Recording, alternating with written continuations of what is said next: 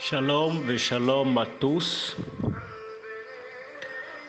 Encore nous continuons en ce mercredi 7 2020 les cours sur Bereshit, c'est-à-dire au commencement. Et nous allons commencer par voir un peu quelques versets et quelques mots dans la langue mère. Et alors je me presse pour dédier ce cours pour l'élévation de l'âme de nos grands-parents, parce qu'on parle de Bereshit, c'est le temps de la délivrance, c'est le temps de la création, c'est le temps où Hachem a encore créé, dont les anges créateurs, qui étaient d'abord témoins dans la création, ont les pieds sur terre. Cette semaine, c'est une semaine où l'homme a la capacité réellement de faire de grands changements, de grandes récupérations, c'est-à-dire de prendre tout à zéro, de mettre tout à zéro et avancer. C'est ainsi que je dédie, n'est-ce pas, ce cours à l'élévation de l'âme de mon grand-père, le papa de mon père bleu, Ben Abraham, mon grand-père maternel Sadia, Ben Abraham, ma grand-mère paternelle Wiga, Bat Abraham, ma grand-mère maternelle Siamba Golé, Bat Abraham, et l'élévation de l'âme de mon père géniteur Tia Paul, l'élévation de l'âme de mon grand frère Tia Deli Samson, et l'élévation de l'âme de ma grande sœur Golé Augustine, Bat Geneba, Bat Tia Paul, Deli Bat Tia Paul. Aussi, je dédie ce cours à la guérison de l'âme spirituelle, la guérison spirituelle de l'âme de tous mes amis israéliens, tous les malades en Israël, tous les malades en Côte d'Ivoire, tous les malades dans tous les pays, n'est-ce pas, de l'Afrique, Cameroun, Sud-Afrique et les autres pays limitrophes. Je dédie aussi pour la guérison de la famille Leroux, la famille John aux États-Unis, la famille, n'est-ce pas, de mon frère Janvier au Cameroun, de ma sœur Yolande, l'élévation spirituelle, la réorganisation du système de l'âme dans le corps, afin que tout soit dans les normes. Et d'autres frères et sœurs, n'est-ce pas, qui nous écoutent, surtout l'élévation de l'âme de tous nos morts et la guérison spirituelle, c'est-à-dire une mise en ordre de tous ceux qui vont nous écouter et qui vont écouter ce cours, qu'ils reçoivent intensément de l'ordre dans leur vie, que leur Sélem, leur Neshama, le système de l'âme, le système de Sélem et le système, n'est-ce pas, du corps, tout soit dans l'harmonie afin que la santé soit parfaite et que la réception que Hachem doit donner soit dans les normes. Et donc nous allons rapidement rentrer encore dans notre Torah. Excusez-moi, je prends directement la Torah et je lis directement la Torah sur ce chapitre 1, verset 1 de Bereshit, c'est-à-dire au commencement de la Genèse, comme on le dit. Alors, le premier verset, regardez, nous disons ici, Bereshit, bara, Elohim, et, Hashamaim, ve'et haaretz. Hier, je disais la création. On avait déjà commencé les cours sur la création, donc Bereshit, mais le mot créa, c'est ça, on dit ici, bara. C'est le premier verset. Mais ce qui m'intéresse, c'est ce que nous avions dit hier. La décomposition de l'âme que nous avons faite hier, on avait parlé de Dieu créa le corps, on avait parlé du corps, la composition du corps, la composition des trois groupes du corps, on parle du corps physique, on parle de l'autre corps, n'est-ce pas, esprit, et on parle du corps qui est appelé l'âme.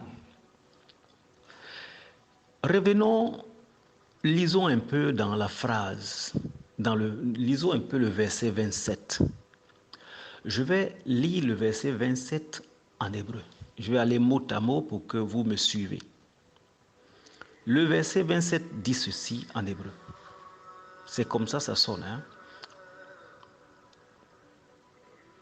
Vaivara Elohim et Adam Besalmo Beselem Elohim bara Oto Zarar ou Nekeva bara Otam. La tradition veut dire quoi? Si on veut aller superficiellement dans la tradition, c'est Hachem créa l'homme à son image, à l'image d'Hachem, il créa. Mâle et femelle, il les créa. Amen. Alors, regardez la phrase qui commence, les deux premiers mots, je les laisse déjà, les deux premiers mots où on parle de Vaivara. Vaivara, dans le mot Vaivara, il y a le bara, le va, le ve. Ici, c'est be en fait, mais il n'y a pas de point dedans, donc ça perd la valeur de b et ça prend v. Voilà pourquoi il y a vara. Au lieu de dire bara, ici ça sonne vara. Je ne vais pas donner un cours d'hébreu, excusez-moi, mais c'est juste pour que vous compreniez un peu le fond des choses. Pour dire qu'il créera, il va créer. Le yi, le yod qui est là, le yivra veut parler du futur. Maintenant, quand nous tombons dans le quatrième mot, Adam, et Adam, be salmo, be selem. Salmo, c'est le même mot que Beselem en hébreu. Pour celui qui comprend l'hébreu, qui sait lire l'hébreu, je sais qu'il peut me comprendre. Hier, j'étais en train de parler de Selem, qui est donc la deuxième partie, qui est l'enveloppe à l'intérieur de l'homme, qu'on appelle le souffle, mais qu'on appelle, que je disais hier, le rouar. Le rouar. Le rouar, c'est le Selem, c'est ça qu'on appelle l'esprit. On dit le corps, l'esprit et l'âme. L'esprit, là, c'est ça qu'on appelle Selem. Mais je vais aller en hébreu pour que vous voyez un peu. Il dit, et Adam betzalmo. Le mot tsalmo veut dire son Selem. C'est-à-dire, Hachem prend son Selem pour créer le Selem de l'homme. C'est-à-dire, il sépare, c'est-à-dire, il prend, n'est-ce pas, une partie de son Selem pour créer l'homme. Malheureusement, c'est dit ici, on dit quoi là, créa l'homme, Hachem créa l'homme à son image. Ils ont dit l'image, à l'image. Image, ici ils ont le Selem qui est dans l'homme, qui est le souffle là, la traduction que nous avons dans nos Bibles ou dans nos livres traduits parle de image. Il ne s'agit pas de l'image en réalité, mais il s'agit de l'âme, le souffle qui est en l'homme. Vous comprenez? Je veux que vous compreniez ça pour qu'on soit un peu sur le même niveau d'onde de la compréhension, pour qu'on puisse nous-mêmes nous conduire dignement et favorablement. Pour cette phrase, je ne vais pas aller trop détailler, mais regardez que l'homme est créé donc du Selem, et le Selem en l'homme est qui fait tout. Regardez les animaux. Les animaux n'ont pas de Selem. C'est le Selem que l'homme a qui fait que l'homme a la parole. On dit l'homme a la parole. L'homme a l'usage vocal. C'est le Selem qui fait ça. Le jour où le Selem s'en va, il n'y a plus de parole. On dit c'est un corps. Amen. Et le Selem, donc, quand tu vas dans les détails de la Torah, dans le livre de Zohar, quand on rentre dans le cours de Bereshit là-bas, ils vont dire que le Selem est le monde des anges qui se trouve dans l'homme. C'est-à-dire que l'homme donc est capable de créer donc des anges, de créer son image. Hier, nous disons que tout ce que l'homme prononce crée quelque chose en l'homme. Oui, ça réorganise les cellules ou ça désorganise les cellules. Une personne qui passe son temps à bouder, à critiquer, il désorganise sa cellule ou ses cellules. Une personne qui a peur de tomber malade, par exemple, on dit il y a telle maladie, il a peur de tomber malade, il attire la maladie en lui, sans s'en rendre compte. Au lieu de faire les anticorps contre la maladie par la foi, pour dire que non, ça ne m'arrivera pas, et donc, n'est-ce pas, son Selem va se former, faire une croûte de protection autour de son corps pour ne jamais tomber dans le cas. Il fait le contraire.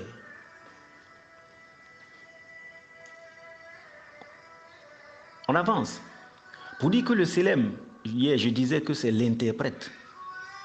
Mais le Selem aussi participe à la création, donc à la formation des choses.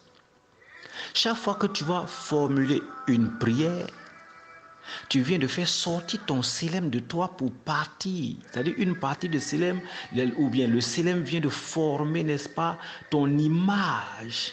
Et l'image va vers la chose que tu demandes pour que les conditions, pour qu'ils réunissent les conditions, afin que la chose que tu demandes te revienne. Voilà la prière réellement. Ça, c'est une démonstration physique, si on peut ainsi parler. Il faut comprendre les choses pareilles. Si tu fais le contraire, tu tombes. Voilà pourquoi Hachem dit, mets pas ta confiance en l'homme. Ne te confie pas à l'homme. C'est-à-dire que toi, tu es là, tu dis, bon, je me confie à un homme de Dieu, un pasteur, prophète, tout ce qu'on parle. Hachem dit non. Si tu fais ça, c'est un péché. Parce que pendant qu'il prie, peut-être pour toi, lui, son célèbre là-bas est négatif contre toi, ça va créer des problèmes et ta prière va aboutir peut-être pour quelque temps et après le mal peut revenir. C'est possible. S'il n'est pas disposé et qu'il est en porte-à-faux avec son foyer, sa famille et autres, il y a aussi problème à ce niveau. On peut citer beaucoup de choses. Hein. Il n'y a pas assez de temps, on va aller un peu vite. Alors, le célèbre que nous avons en nous crée. C'est pourquoi quand tu penses mal de quelqu'un, tu détruis la personne. Quand tu penses bien de quelqu'un, tu construis la personne. Et à ce niveau, nous allons encore partir parce que tout ça, c'est la parole. La parole que nous utilisons crée. La pensée que nous avons, nous sécrétons à l'intérieur de nous, crée. Faisons donc attention, parce que tout ce que nous allons créer par la pensée comme par la parole, on sera jugé, on sera au trône blanc et on va demander, on va être interrogé pour chaque mot, chaque intention, chaque chose. Parce qu'effectivement, ce qu'on aurait créé par notre parole serait là, devant nous, en train de témoigner ou en train de nous accuser. Raison pour laquelle quand quelqu'un vit, tout son bienfait n'est pas trop connu. Mais quand il ne vit plus, alors on dit, ah, il était bien, il était bien. Le mécanisme est simple. Chaque bonne œuvre que tu fais, chaque bon acte que tu poses, chaque belle chose que tu dis, alors c'est des anges blancs que tu crées et ils vont vers minuit devant le trône pour rester là-bas. Ils ne sont plus à terre. Mais les mauvaises œuvres que tu as faites ont donc créé donc des célèbres, donc des démons. Et c'est ces démons-là qui sont là. Ils doivent t'accuser pour que, n'est-ce pas, tu sois sauvé. Il faut qu'ils t'accusent pour que tu sois dévoilé, que tu changes pour pouvoir faire des bonnes œuvres, pour qu'eux ils soient annulés. En réalité, c'est ce mécanisme qu'Hachem, n'est-ce pas, crée. On va aller vite, crée. On peut revenir sur ça plus tard, peut-être l'année prochaine ou bien je ne sais pas quand. Voilà. Donc, on y va. Et voyez qu'on est donc créé des célèbres. Quelqu'un donc qui s'amuse avec la parole et sa parole, qui fait les comédies, qui s'amuse, il va payer le prix. Et beaucoup payent le prix. Hier, je disais que l'aïnaha, ça veut dire que le mauvais œil. Le mauvais œil, le fait de bouder quelqu'un, tu regardes la personne, ou bien les gens te regardent, ta manière de t'habiller dans le quartier, tu attires les regards, or tu ne connais pas la position de leur cœur, tu crées en eux des mauvaises pensées contre toi, même des mauvaises paroles contre toi, qui deviennent encore ce qu'on appelle les critiques, qu'on appelle la shonara. La shonara, c'est les critiques. Et tu crées toutes ces choses-là en ces gens. C'est toi qui crées ça en eux.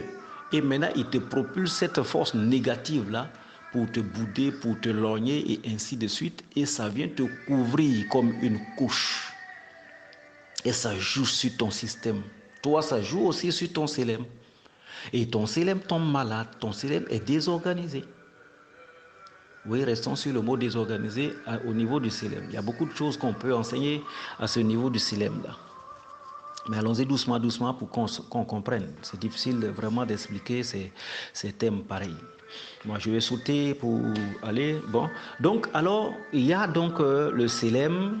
n'est-ce pas, qui a permis de s'évader avec d'autres choses.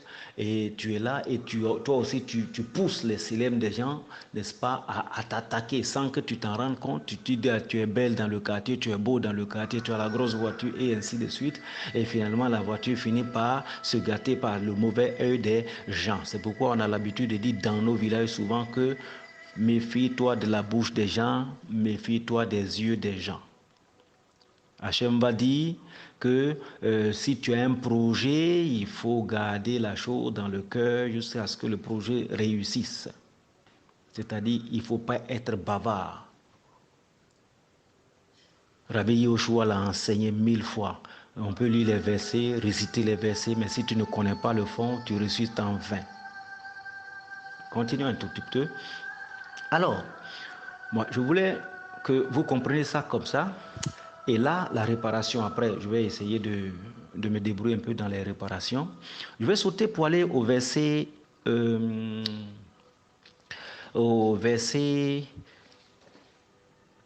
18 du chapitre 2 de Bereshit, c'est-à-dire de Genèse. Le chapitre 18 dit, je saute, il dit, Vayomer Adonai Elohim Lotov Eyot Adam Levado Esse Lo Ezer que Negedo. Lis en hébreu tout, vous n'allez rien comprendre et ça me donne rien. Je veux dire Lotov. Lotov, le verset 18 ici dans la Torah que j'utilise normalement, ça veut dire quoi? Ça veut dire que Hachem, l'Éternel, dit, il n'est pas bon que l'homme soit seul. Je lui ferai une aide face à lui. Je lui ferai une aide face à lui. Le mot face à lui est traduit ici par kenegdo. Quand on dit neged, ça veut dire opposé. Quelque chose qui est opposé, qui fait face à l'autre, si on peut ainsi dire en français. Voilà, donc il est dit clairement que c'est pas bon que l'homme soit seul. C'est pourquoi on a fait maman Eva, Cheva, ok? Et on revient sur le même verset encore, le verset 27, qui termine ces mots avec ces choses-là, ces thèmes. Il dit, Elohim Bacha Oto Zachar Un Keva. Zachar veut dire mâle ici, c'est traduit mâle dans la langue française, la langue française donc superficielle. Et Nekeva ici veut parler du féminin. Mais quelque chose qui frappe et qui est dur, si tu comprends l'hébreu, comment ici, au lieu de dire Adam, ou bien Ish, qui veut dire homme, ou bien Noah, qui veut dire aussi homme, on dit ici Zachar. Or, Zachar veut dire semence humaine. La semence humaine que l'homme a, on appelle ça Zérar. C'est pourquoi ceux qui font le péché sexuel et qui gèrent mal leur semence humaine, la semence humaine, on les appelle, ils font le Zéra, le Vatala, c'est-à-dire gaspillage de la semence. C'est-à-dire ils créent ce qu'on appelle les Shindal des esprits, c'est-à-dire des enfants spirituels, les enfants d'esprit, mi-esprit, mi-physique, qu'on appelle en hébreu des Shindalet. C'est des démons, c'est des familles de démons. Alors, celui qui s'amuse dans ce genre de truc, il va devenir pauvre. Il va, bon, tout ça, on peut parler plus tard, mais le coup est déjà donné avant, quelque part. Après, on va reprendre. Alors, voici ce qui se passe. Zachar Il dit ici, et Hachem créa Zachar et il créa Nekeva. C'est-à-dire le mâle et la femelle. Zachar ici, c'est la semence. Tandis que c'est la semence, si on prend dans le thème de semence, ça veut dire que l'homme est le moteur de la création de la semence humaine. Le moteur de la création de la semence humaine. Et voilà pourquoi c'est à cause de ça, c'est à cause de la conservation et de la gestion de la semence qu'il met le Nekeva. Nekeva qui est comme un keli, comme une soupière ou bien un gobelet qui lui conserve ces choses-là pour pouvoir utiliser, habiller le zérar. Vous comprenez? Si à cette phrase, on veut ajouter déjà le fait que l'homme soit créé par la parole et que l'homme est la parole parce qu'il est Silem, ça veut dire quoi? Qu'on peut déjà comprendre pourquoi Hachem dit femme, respecte ton homme, aime ta femme, pour qu'il y ait l'harmonie. Et on voit dans plusieurs foyers, plusieurs familles, il y a un problème. Et les enseignements, quand on va avancer, vous allez voir qu'il est dit qu'un homme qui n'a pas de femme n'est pas appelé homme. C'est-à-dire un zérar qui n'a pas de nekeva, ce n'est pas un zérar. C'est-à-dire il devient du vent, il devient donc un destructeur. C'est-à-dire que Hachem ne peut pas descendre la chérina sur lui. Il y a un problème parce qu'il ne fait que produire de la saleté. Et vous les femmes, vous devez comprendre ça. Il faut savoir que vous êtes des nekeva et que, disons nekevot, et que vous, votre rôle principal, où vous aurez la bénédiction d'Hachem directement, c'est quand vous vous occupez du zérar, c'est-à-dire la semence de votre homme. La semence, c'est vous qui les gardez. Ne laissez pas le mari, n'est-ce pas, vous êtes dans, donc vous utilisez mal la parole, votre célèbre à vous, et il est frustré, et vous aussi, il vous frustre par la parole, tu le frustres par la parole, il te frustre par la parole, et dans la maison, vous donnez d'eau. Et donc, le zéra n'est pas géré. Vous aurez pour votre compte, et l'homme et la femme. C'est des choses qu'il faut comprendre. Je trouve que je suis beaucoup long, mais pardonnez-moi, c'est des choses qu'il faut comprendre. Hachem veut qu'il y ait l'harmonie à la maison à cause du zérar. C'est pourquoi il appelle ici l'homme Zara. Et donc il faut comprendre ces choses dans son sens comme ça. Vous serez bénis, vous femmes, si vous gérez le zérar et que l'homme vous empêchez de faire le zérar, le batala. Et la femme aussi, l'homme, tu dois faire en sorte qu'elle soit toujours en joie, toujours en joie. Voilà pourquoi un homme qui frustre toujours sa femme finit par devenir pauvre. Il finit par devenir pauvre, la misère le frappe. Il est zéra, c'est-à-dire qu'il gaspille sa semence dehors. C'est des choses qu'il faut savoir. La vie est simple, hein, mais il faut comprendre le fond des choses pour qu'on puisse vivre dans l'harmonie réelle avec Hachem. Donc, ne nous avisons pas avec nos paroles ou notre parole. Ne nous amusons pas avec nos pensées. Ne nous amusons pas avec, n'est-ce pas, notre maison. Voilà pourquoi Hachem est sévère sur le foyer. Pour des communautés où souvent le dirigeant, il frustre, il sépare les foyers, lui-même il finit par perdre la vie brutalement. Parce que quand tu sépares l'homme et sa femme, Hachem t'enlève 5 ans d'expérience de vie. Donc si tu étais venu pour faire 100 ans, alors on t'enlève 5 ans, ça te reste 95 ans. Si encore un autre foyer se sépare, ça t'enlève encore 5 ans, ça fait 10 ans, et ainsi de suite. Tu vas voir que tu vas mourir tôt. Par accident, hein, par accident. Ou bien les sorciers peuvent avoir la main sur toi. On dit, il y a tel pasteur, tel homme de Dieu, tel guide, il est tombé, il est mort. Parce que tu n'as plus d'espérance de vie, tu as péché sans t'en rendre compte. Par manque de connaissances, mon peuple périt. Voilà. Donc, j'ai envie de sauter un peu pour aller.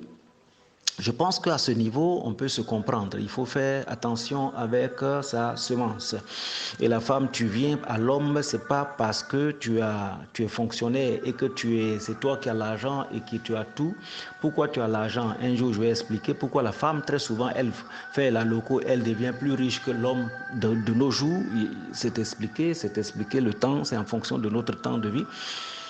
C'est comme ça que ça se passe, mais en réalité, si même tu as l'argent, si tu es la plus intellectuelle, si tu as ceci, ta position, c'est ne que va.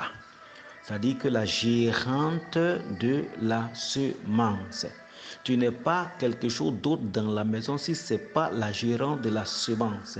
Et c'est pourquoi la maison t'a été confiée. C'est toi qui es la fleur de la maison, tu es le noyau de la maison, tu es l'âme pensante de la maison. Tu penses beaucoup pointu par rapport à ton homme qui n'est que Zéra. Nous, les hommes, nous avons en nous une partie animale. C'est pourquoi on parle de celui-là, c'est-à-dire l'homme a toujours une partie animale. L'animal en nous domine, la chair nous domine beaucoup. Et c'est pourquoi Hachem veut que ce soit l'homme qui soit, n'est-ce pas, l'enseignant de la maison et la femme soit la conseillère et celle qui garde la maison. Vous comprenez? C'est pourquoi c'est parti comme ça. Il y a plein de versets dans la Torah qu'on va lire plus tard. Et vous allez voir quand on va décortiquer, vous allez voir exactement. Je n'ai pas bavardé, je n'ai pas insulté papa. J'ai qu'à respecter papa. L'homme veut savoir toujours que c'est lui le fort, c'est lui le fort. Tu le blagues comme ça, tu vas voir que l'harmonie va venir à la maison. Alors la femme aussi veut que on dit tu es belle, tu es la plus super, tu es ceci, et puis douceur, amour, et puis paf. Elle est aussi là, et puis il y a la sécurité spirituelle, sécurité dans la maison, sécurité spirituelle. Et on parle donc de Shalom Bait, c'est-à-dire la paix dans le foyer. Shalom Bait. Il y a plein de cours sur ce thème, surtout il y a plein de cours de ce type qu'on appelle Shalom Bait. C'est-à-dire là. Voilà. Donc, je vais sauter vite pour aller sur quelques remèdes. Les remèdes. Alors, tu es là, l'Ainara, c'est-à-dire que le mauvais œil des gens, ou bien l'effet des critiques des gens, on parle de toi, on te boude toi au village, ils sont en train de parler de toi là-bas, tandis que tu es, n'est-ce pas, en ville, et ainsi de suite. Tout ça, ça joue sur toi. Alors, comment on enlève ça chez soi? Premier point. On enlève ça sur soi par la teshiva. C'est-à-dire que les péchés que tu as faits, les paroles, les mauvaises paroles que tu as données, les mauvaises idées que tu as données, ce que ça a procuré en toi, il faut le mauvais comportement que tu as, n'est-ce pas, les mauvaises pensées, tout ça, il faut changer en bien la qualité de la pensée. Tu dois faire effort pour que ta qualité de pensée change et que tu penses positivement plus que tu penses négativement. Ça, c'est un. Il faut que tu parles positivement plus que négativement. Ça, c'est deux.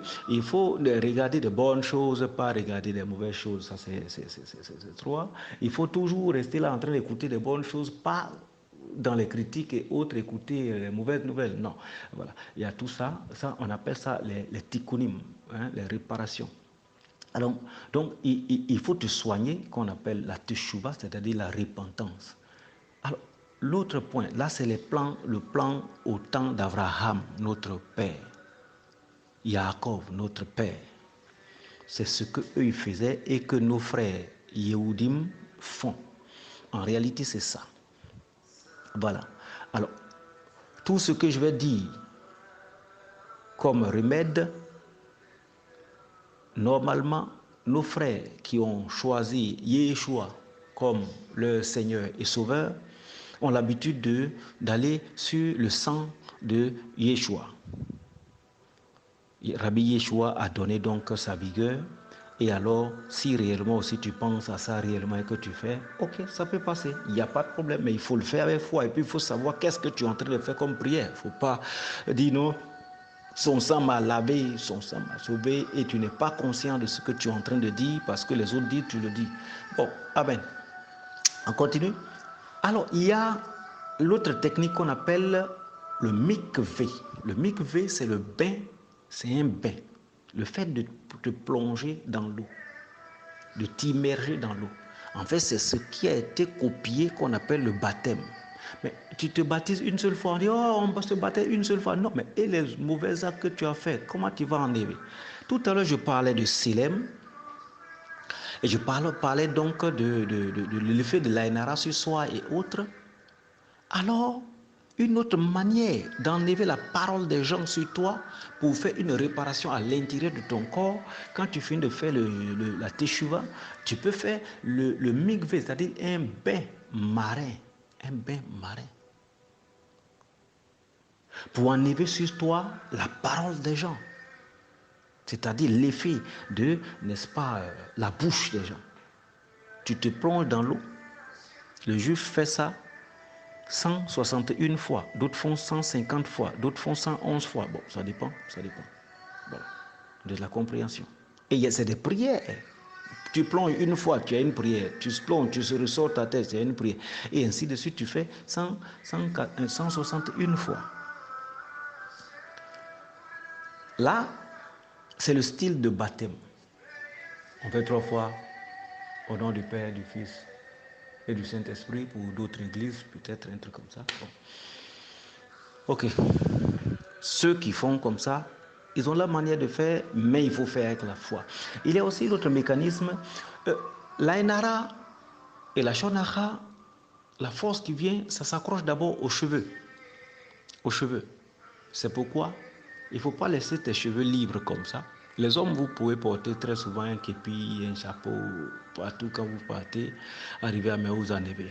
C'est possible. Le juif, lui, il met sa kippa, et puis ça évite tous ces trucs que ça ne peut pas déposer. Alors les femmes, vous devez vous voiler, cacher les cheveux, le dernier grain des cheveux pour ne pas envoyer la malédiction à la maison. Je vais vite, hein, excusez-moi. Voilà. Il y a l'autre technique qu'on appelle la kapara. La kapara, nos parents, ils prennent, n'est-ce pas, ils t'enlèvent le malheur sur la tête.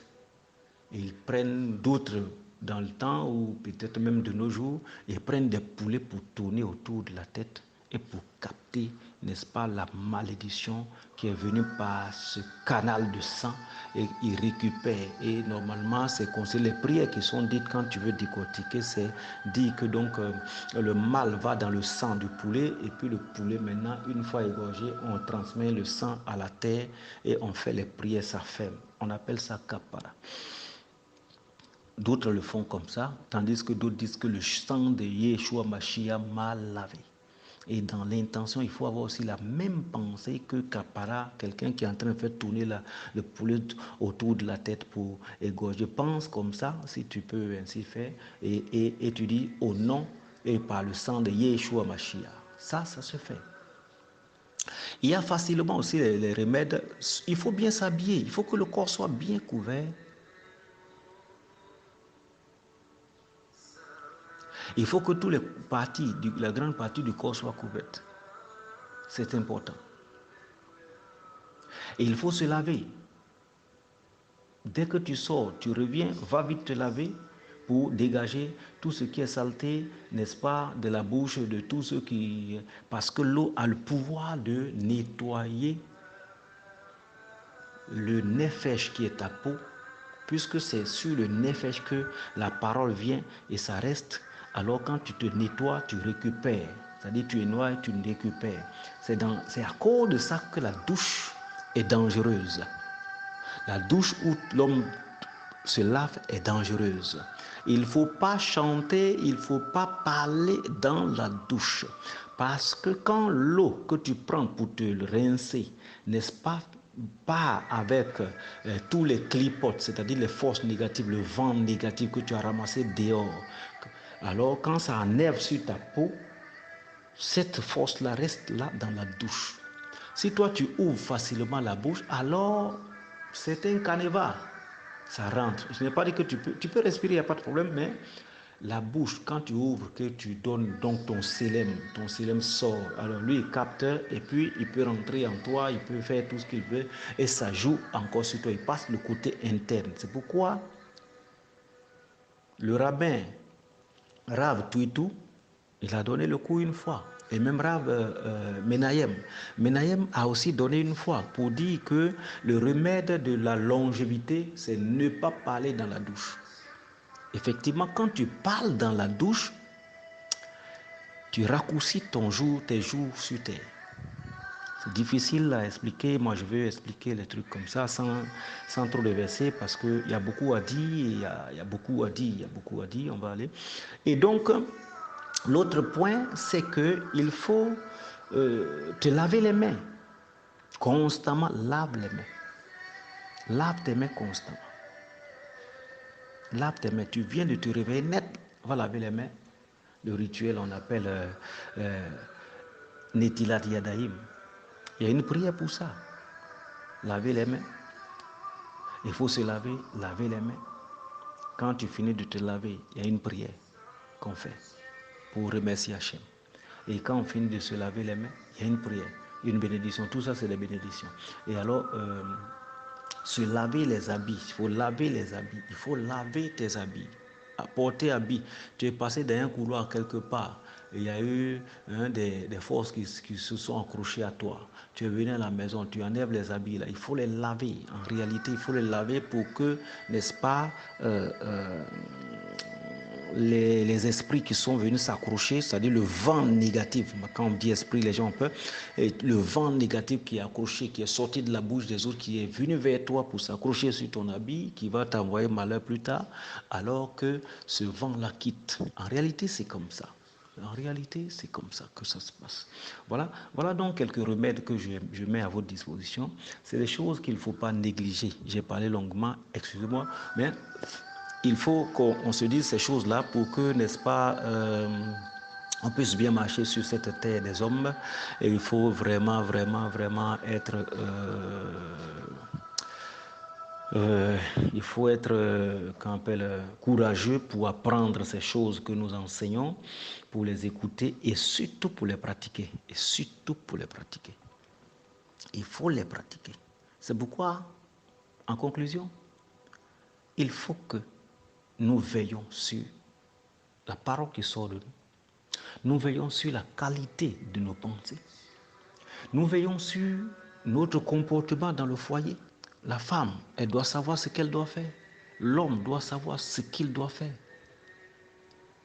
L'homme n'est pas venu pour pouvoir s'accrocher à une jolie femme parce qu'elle est belle. Et non, ça peut dire, on peut dire un péché. S'il ne sait pas que la femme a un rôle à jouer à côté, le premier rôle de la femme, c'est garder la semence, gérer la semence. Et l'homme aussi doit savoir qu'il faut prendre comme l'œuf la femme pour qu'elle soit toujours en joie. La femme, une fois la femme est en joie, tu deviens riche. Si elle n'est pas en joie parce que la femme, en fait, elle est le canot de ce qu'on appelle la parnassa, c'est-à-dire la richesse de la maison. C'est elle qui a la clé et, n'est-ce pas, ça vient à elle. Plus la femme est en joie, plus elle devient comme l'aimant, elle attire plus l'homme, elle devient plus belle. Et plus belle côté spirituel et plus belle côté physique. Ça se répercute sur son physique. Quand elle est en joie, elle devient belle. Et cette beauté-là, l'énergie qui produit cette beauté-là attire Hachem et Hachem nourrit la maison. Mais quand elle est frustrée, alors l'énergie est bâclée. Et du coup, c'est elle peut-être qui peut en profiter. Donc quand elle va quelque part devant, elle fait son aloko, puis son cœur dedans, alors la parnassa descend sur elle. Et finalement, elle a plus d'argent que l'homme. L'homme n'est pas le canevas de la parnassa. L'homme bénéficie du canevas que la femme ouvre par son cœur, par la joie qu'elle a, le fait de chanter matin. Il faut qu'elle soit heureuse dans sa maison. Alors, si tu es devenu pauvre, faut blesser le cœur de ta femme. Faut l'insulter, faut l'honnir. Faut l'honnir devant les enfants, faut l'honnir. Tu vas voir que tu vas commencer à devenir pauvre et tu seras véritablement pauvre. Oui. Tu peux parier. On peut parier. Expérimente ces choses et tu verras. Mais c'est bon de rendre gai la femme, ta femme, et tu vas voir que la maison va se sentir et se soigner et être vraiment bien portante. La maison va guérir. Alors, bien-aimé, Shabbat Shalom. C'était le cours de ce mercredi. Demain, on va en faire encore. Parce qu'on est encore dans Bereshit. Bereshit n'est pas fini. Il y a jusqu'à 7 montées. On est jusqu'au premier montée. On est au premier montée, on n'a même pas touché encore Bereshit en tant que tel, mais on ne va pas toucher tout cette semaine parce qu'on est au 4e jour, il ne reste plus de temps. Donc, voici ce que j'avais à libérer à mes frères et sœurs. Soyez sous l'assistance d'Hachem, que sa puissante main vous protège et vous garde, et que ce cours Bereshit soigne votre âme et donne la paix à chaque foyer et à vos futurs foyers, peut-être pour ceux qui ne sont pas encore mariés. Baruch Hachem.